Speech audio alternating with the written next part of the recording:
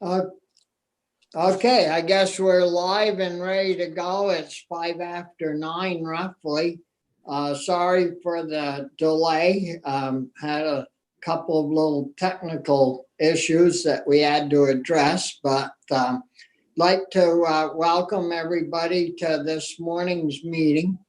We're going to be hearing this morning from Kim Crosby and Carrie Thompson, and one's a milk bottler and reseller, and Kim is with Casella Waste, and she's the compliance officer there.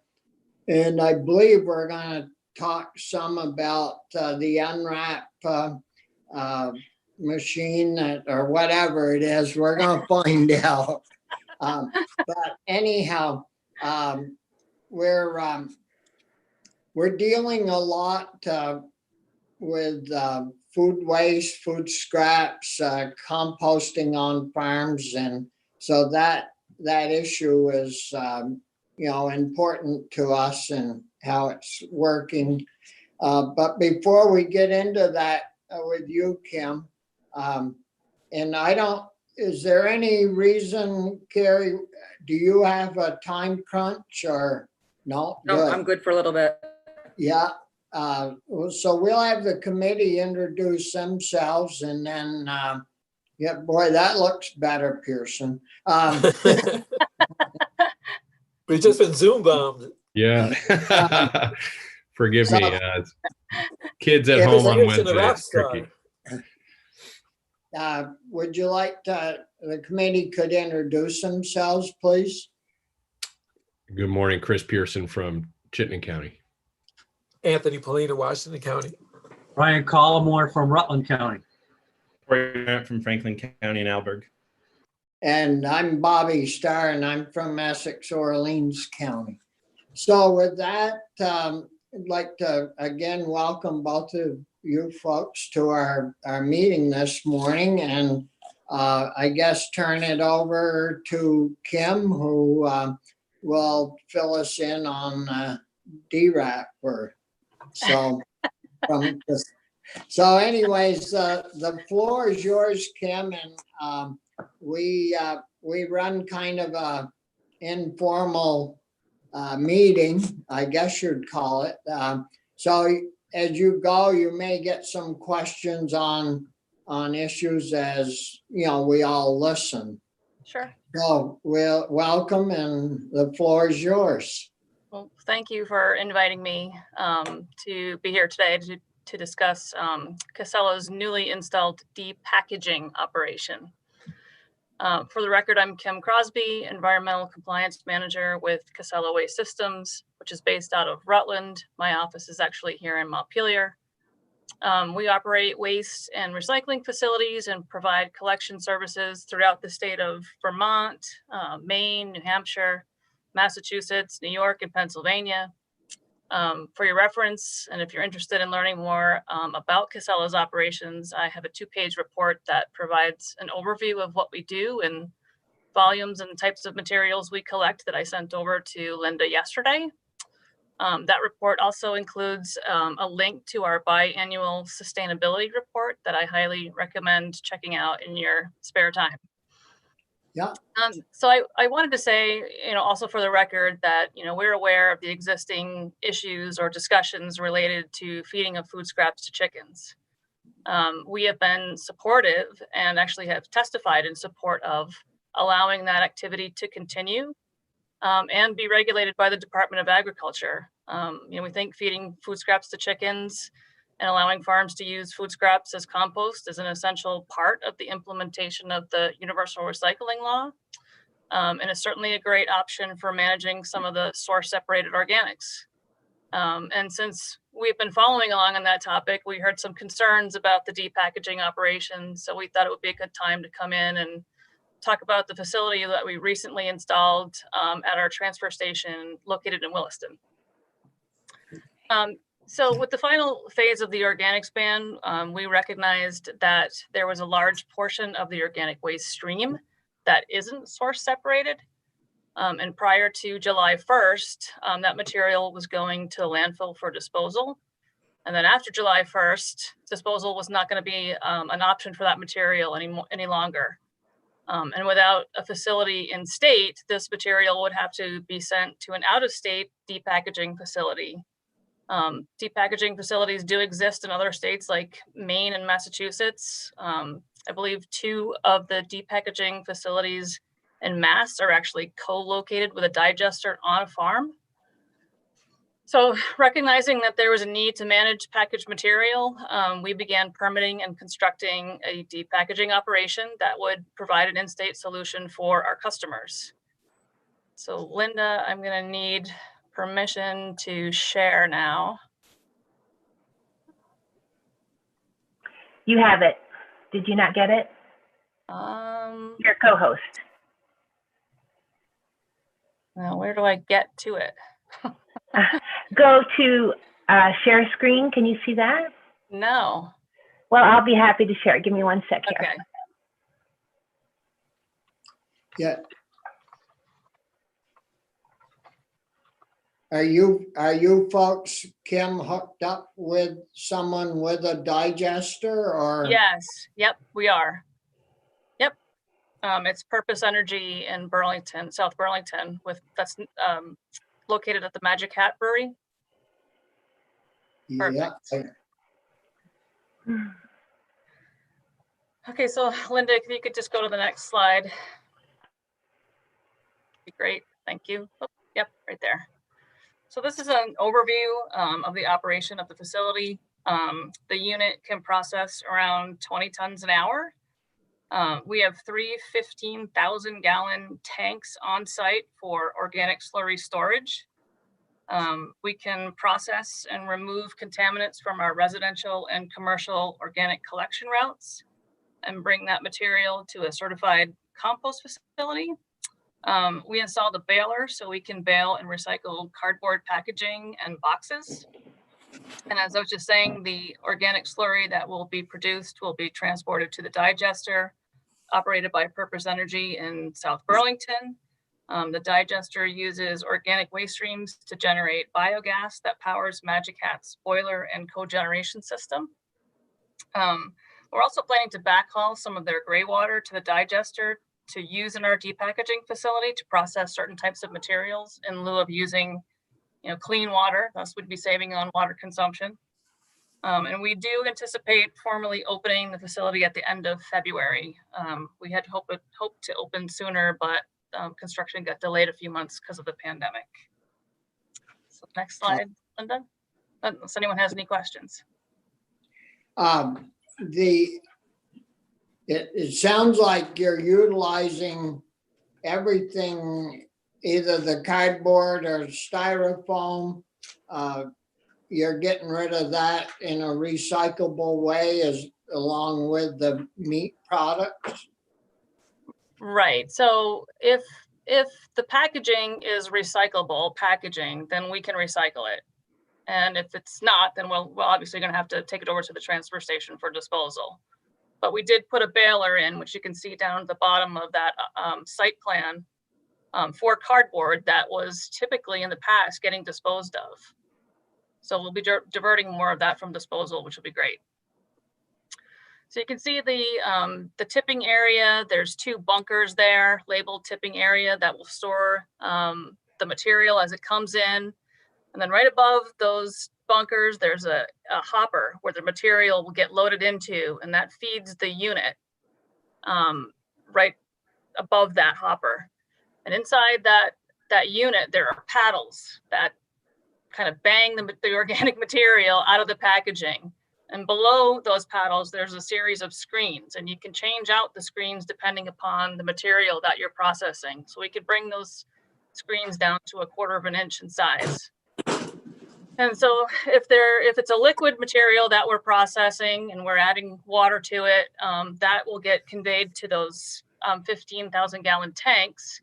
If it's a dry product that we're processing, it'll come out one of those chutes. It'll be conveyed with looks like a large screw through one of those chutes and it will drop out into a roll-off container, and we can take that either, again, depending upon what it is, to a compost facility, or maybe it could be animal feed. And then we have the trash stays on top of those screens below the paddles and moves out and is conveyed out through a separate chute and disposed of in a roll-off container. Any questions there? It's pretty hard to see, but Well, I got some other pictures that'll yeah. give you a better view of it. Uh, Mr. Chair, I have a question. Well, two questions. Kim, I don't usually go for sort of grand openings. As a senator, we get invited to that stuff, but this is so cool. If you do invite people, please think of me, and I'll be glad to come check it out, just because I'm very curious about it.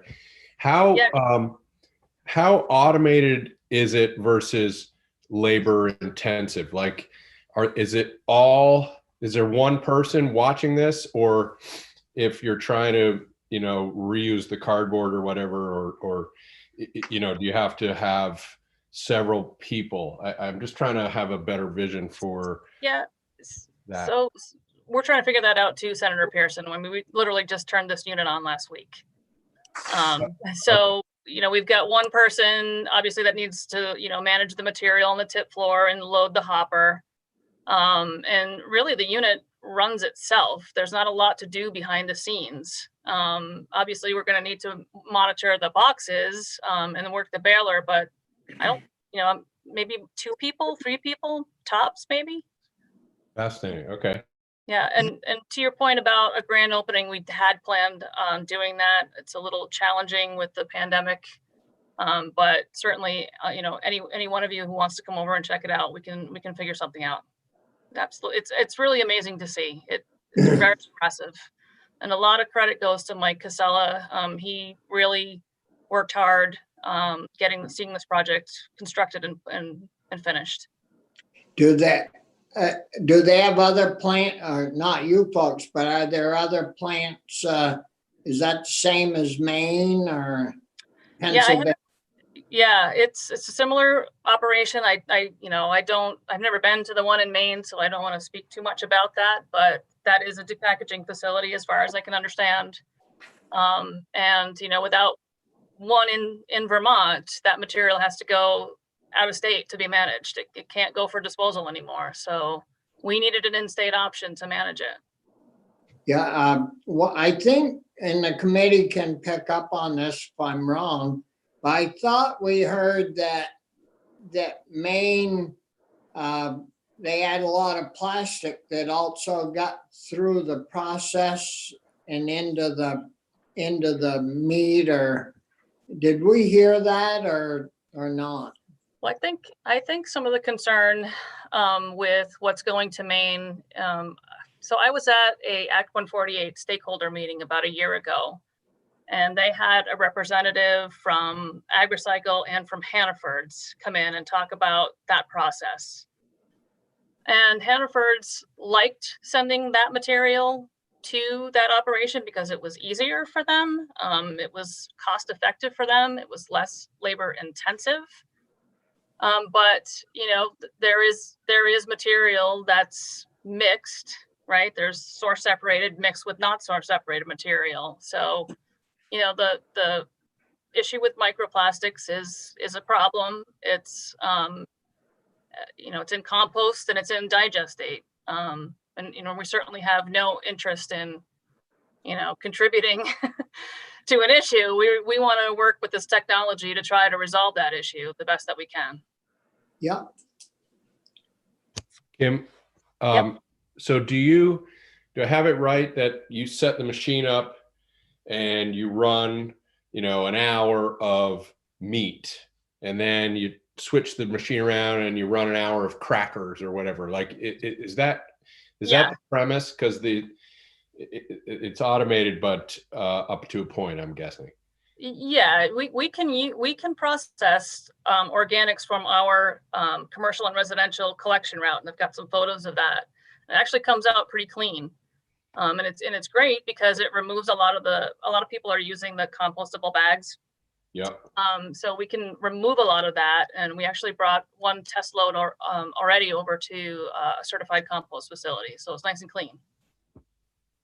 All right. It was actually amazing to see how clean it did come out.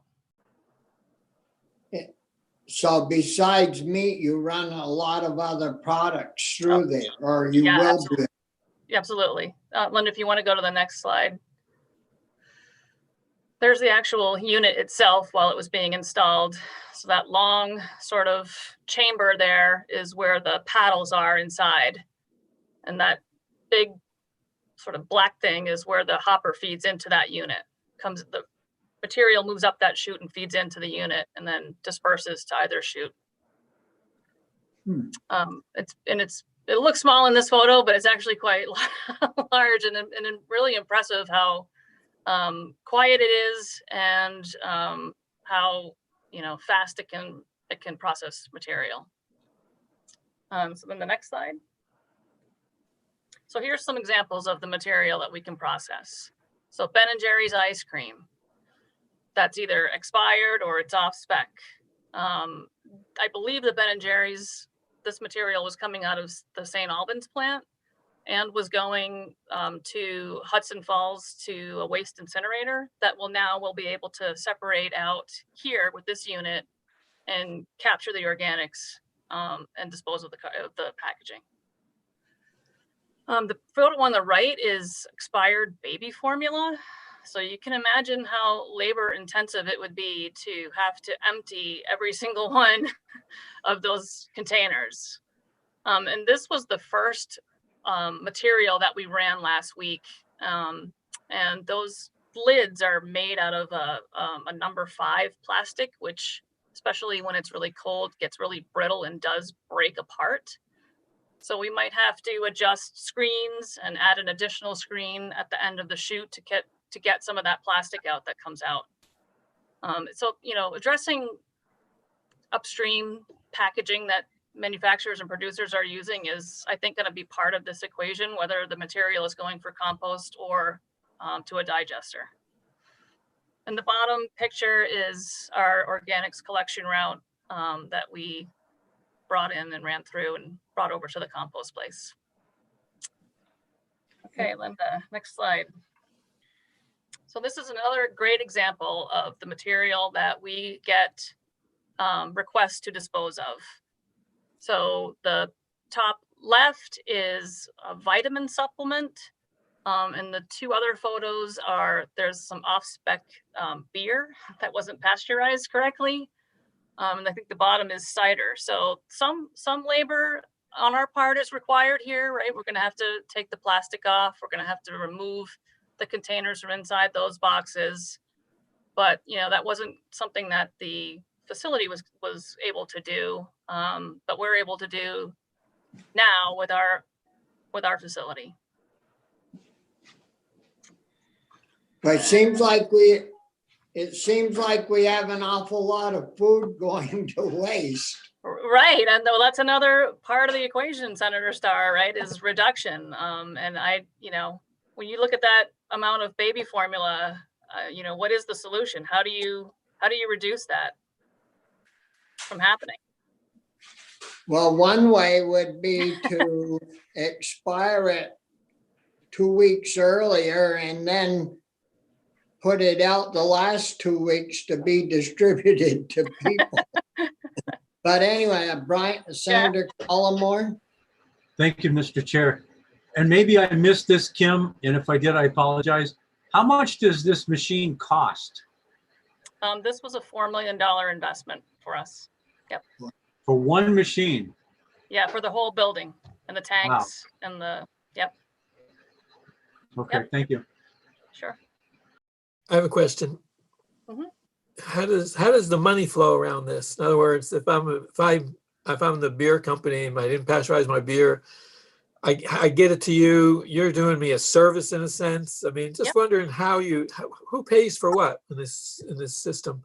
The generator would pay a fee to bring their material to it, just like any other facility. as if same as going to the dump or the recycling Right. depot. Yep. Yep. And A lot of it- these, a lot of these generators, especially if it's beer, they want you know, a certificate of destruction. They want to know that this material has been destroyed. And we're going to be able to do that. And we were able to do that on the disposal side, but we're now going to be able to do that also with this facility with the process that we're putting in place.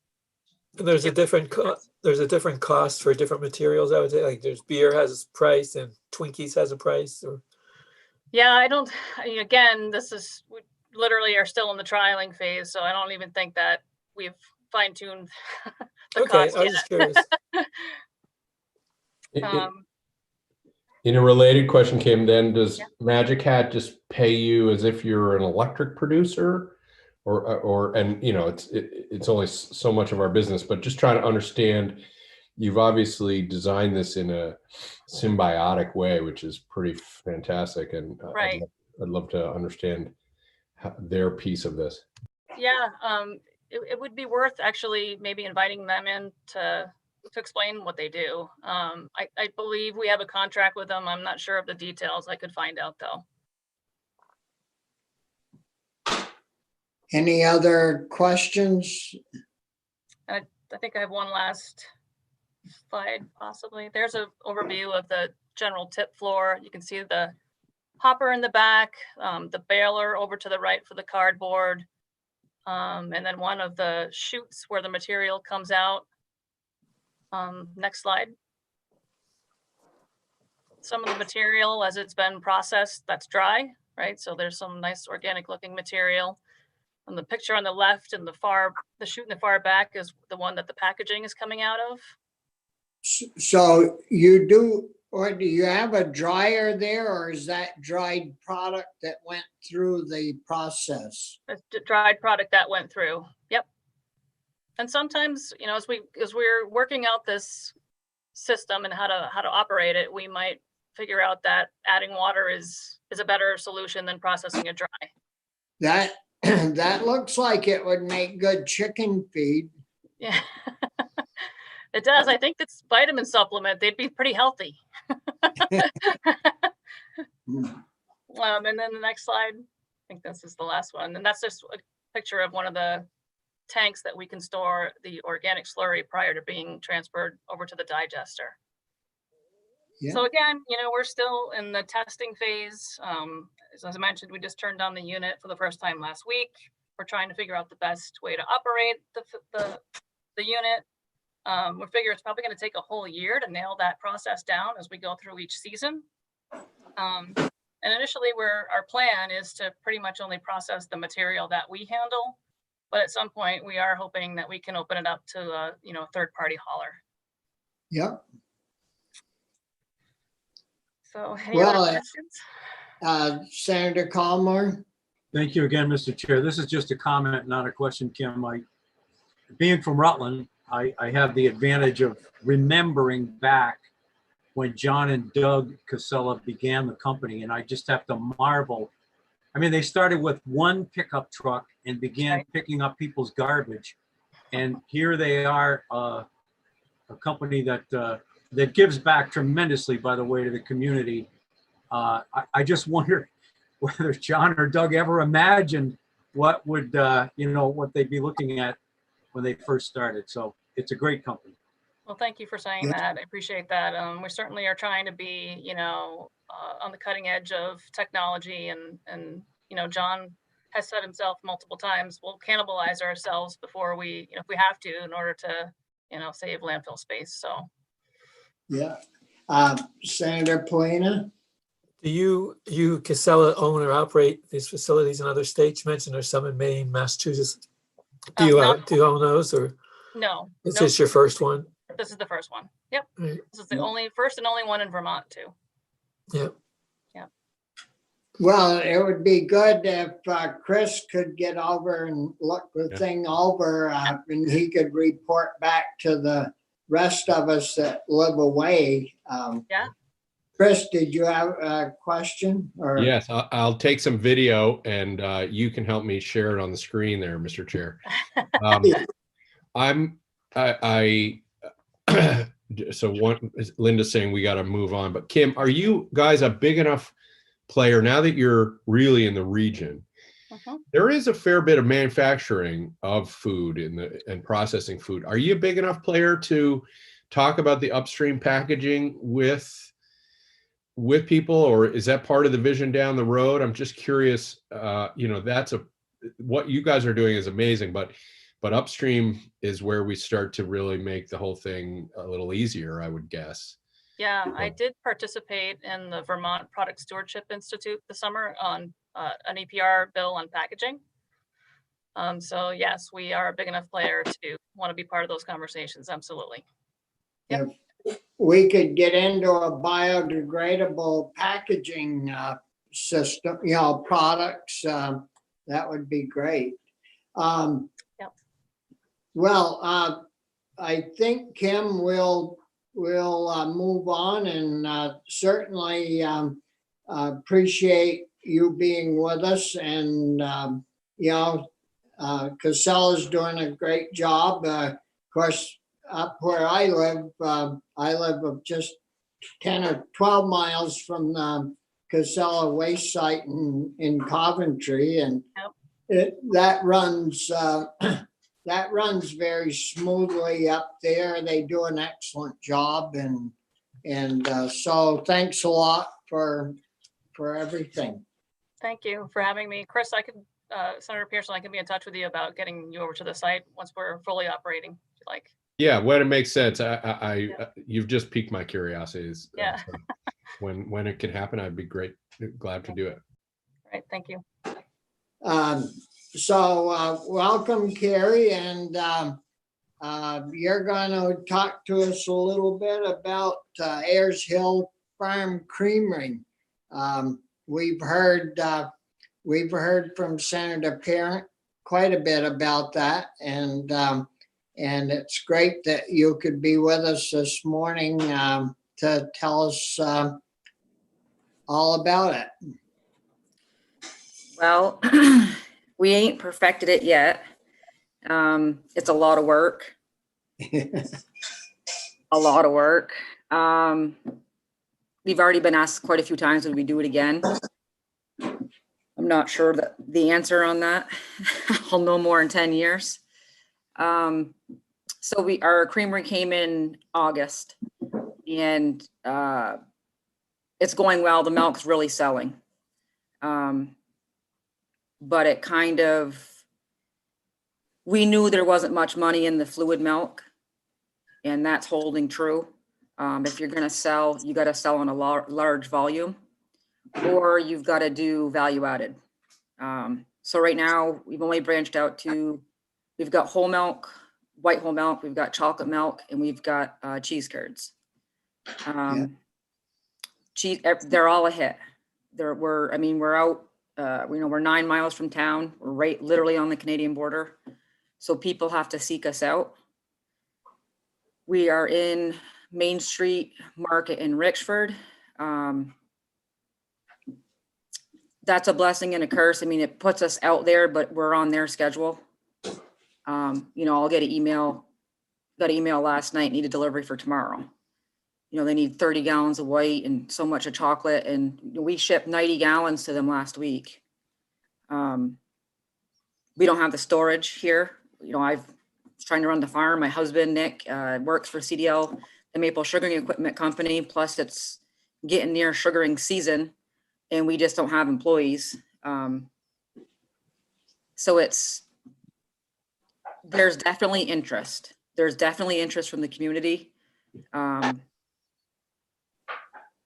I was probably slower getting on the whole buy local than other people. We're farmers, so when I go to Hannaford, I usually buy store brand. I don't, support the local farmer, so to speak, just because of the money issue.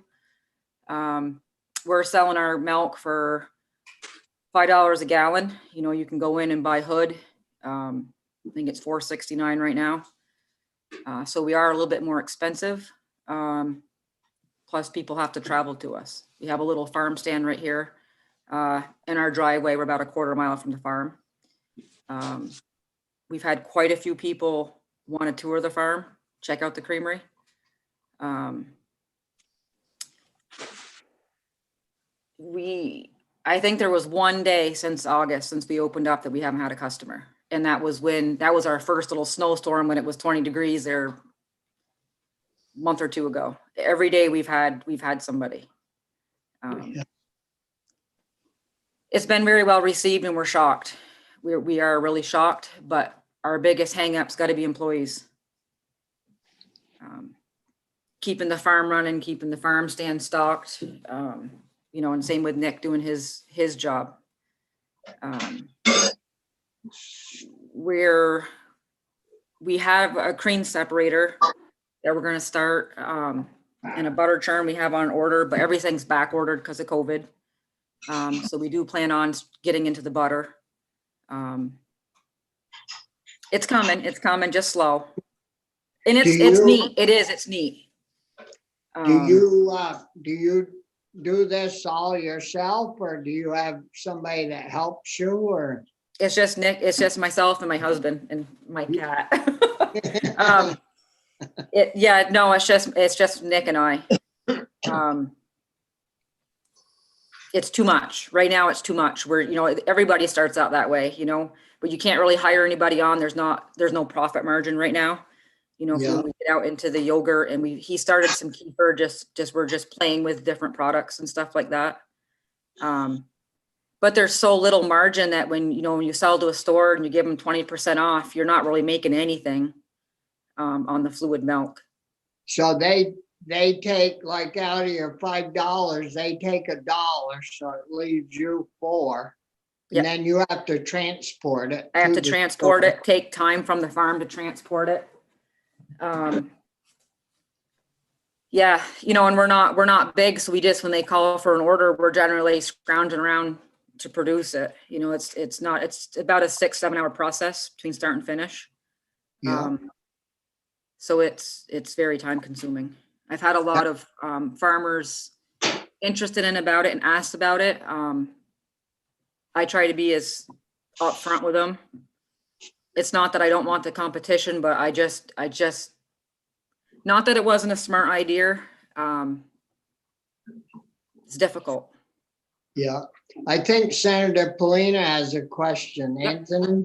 I'm just wondering what kind of volume you're doing, or could you say it based on how many cows you're milking, or how's it sort of fitting into your farm? Yep. So we milk 200 cows. Well, we were with DFA when we cut back with the whole COVID. We're milking 185 right now.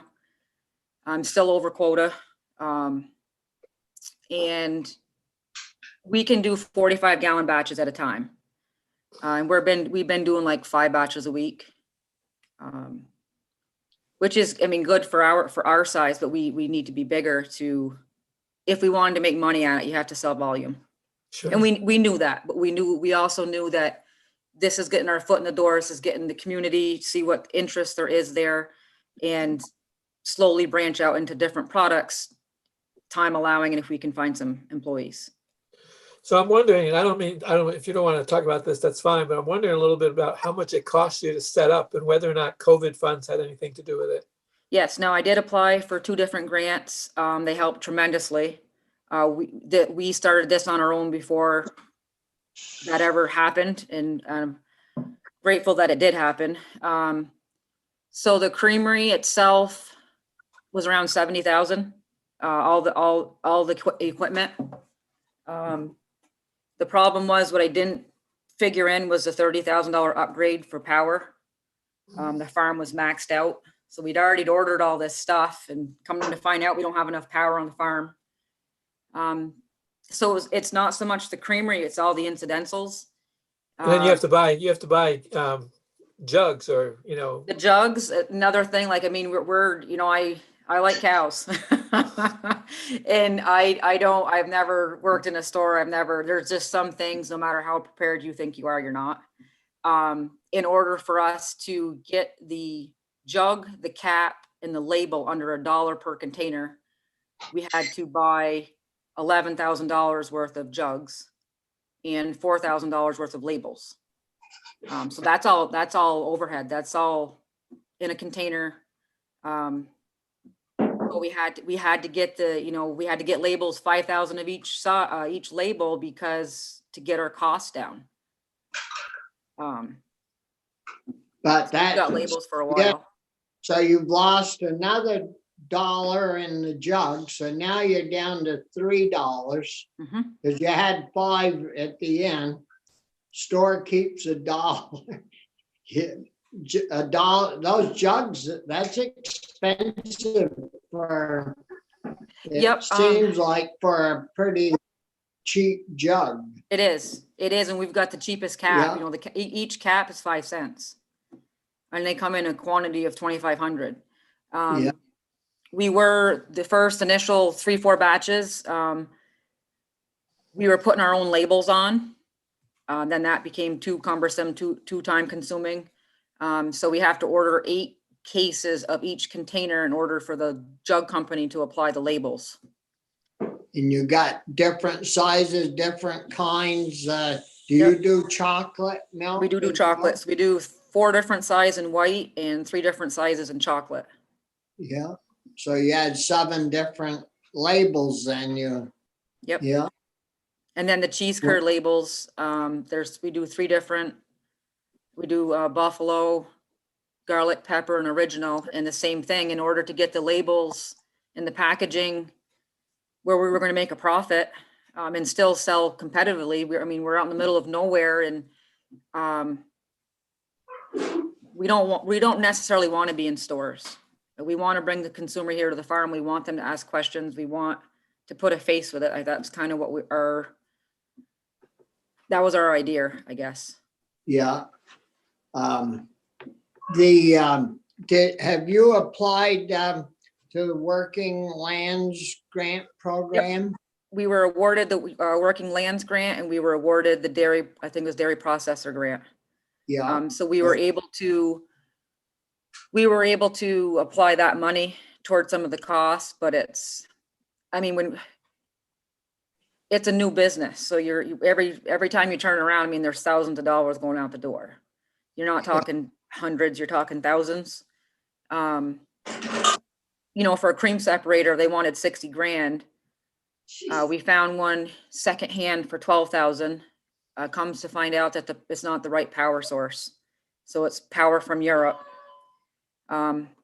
If we can change it over, it's gonna be like $1,500 to change the power over.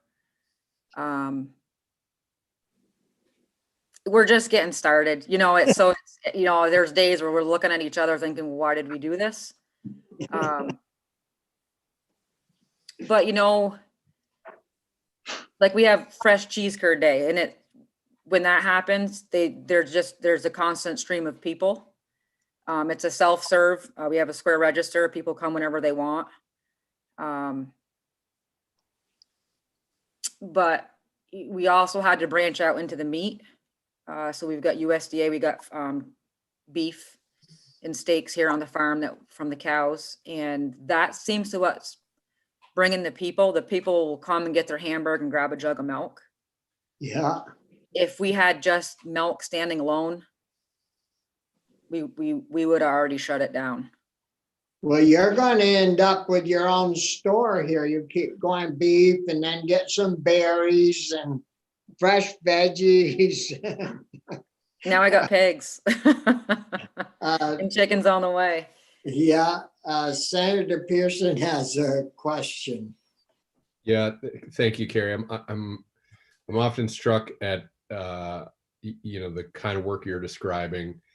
It's really where we were. It's old fashioned in a way, and yet you're cutting edge. And congratulations, and I wish you a lot of success. Can you just talk? In the legislature generally, we focus a lot on broadband and what it means to rural communities and businesses. And can you talk about that? What do you have decent broadband? What is the internet piece of this? Is that part of your puzzle? Just help us understand, because we're dealing with that not in this committee, but across the board. Broadband's a huge issue. We actually tried getting some security cameras for the shack, and the broadband wasn't enough. So we had to go with a simpler version. The Square register runs on Wi-Fi. There's just simply not enough. even with the farm, on the farm end, there's just not enough. It's not fast enough. It goes in and out. We have good days, bad days. When it rains, we don't have good service.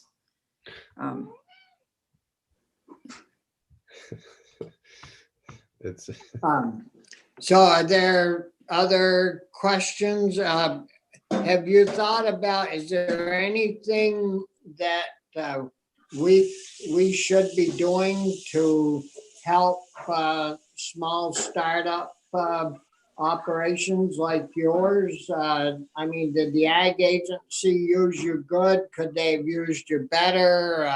Environmental issues, economic issues? Are there things that we could be doing to make life easier for operations to get started? I was treated well. I can't complain about that. When I called for questions, I got the help. I've been dealing with Tony Kitsos from UVM Extension. He's been helping us come up with a business plan and actually what direction do we want to take this? Where are we making money? Where are we losing money? I got to say the biggest thing is employees. We need competent employees. Yeah. That's the biggest hole. Yeah, and we hear that every day from whoever we have in, from big businesses to small businesses to truck drivers to just regular laborers. It's really a major problem. That's where we're trying to decide as a farm, what direction are we going to go in, and we keep coming back to the whole labor. I've just recently tried to become an H-2A employer for a visa, and that's a lot of red tape. I've been approved, but now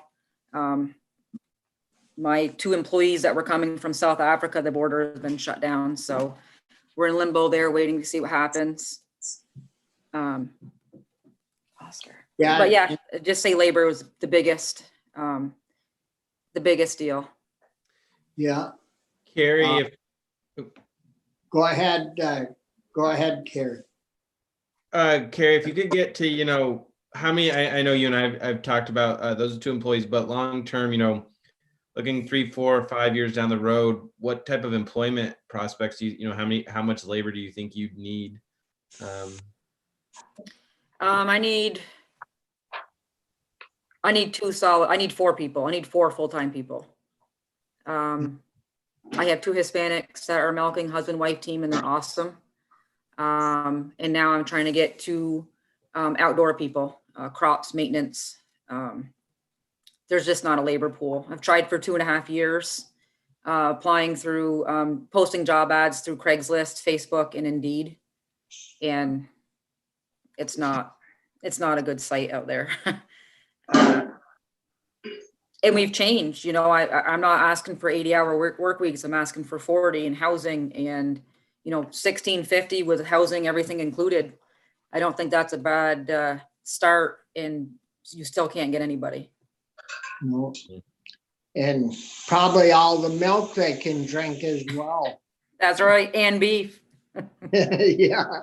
And some maple syrup on the side. Boy, $16.50 and with those bennies, I mean, that adds up to real money. It's I always thought it was the money, but it's not. That's not the issue. Just won't work. Just won't work. We had testimony the other day from a farmer, and they said that their most reliable help was from 50 years old and up. And they would hire people even 70 years old if they wanted a job. Yep. Because they knew that they would show up at 8 o'clock in the morning or whenever. Mm-hmm. And no, it's a crazy issue we got facing us. Maybe we have too many giveaway programs. I totally agree with that. But anyhow, we've got to jump on to another meeting. I have one other question. Speaking of the UBM person that helped you with your financial plan, was that through VHCB? Yep, I dealt with Tony Kitzel's for a while, but I did get hooked up through VHCB with them. Yes. Yeah, yeah. And if you run across anything that you think that we could be of assistance with, give Corey a call, or, any one of us a call. I work on all kinds of issues, from unemployment to getting signed up to get your vaccine. Right. Yep. But if you need anything that you feel that we can help you with, feel free to reach out to us. We're here to serve you people, and so anyways, did you have anything else you wanted to add, Carrie? No, I think I'm all set. Well, thanks for the time. I appreciate it. Yeah, Senator Pearson has a statement or a question. Yeah, just mostly a comment, because I live in Chittenden County. Everybody likes to think Chittenden County is different. We hear the same issues from labor folks about labor folks on farms and businesses in Chittenden County. This is a real dynamic, and I would just caution you. Obviously, it doesn't get easier up by the border where you guys are, but it's an issue everywhere. I promise you that. But thank you for this. A great story, and I wish you a lot of luck. Yeah, it was great. So thanks again, and guys, we got to jump on to the other meeting with Working Lands for 10 o'clock. So we'll see you there. And thanks again, Carrie. Yep. Thank you.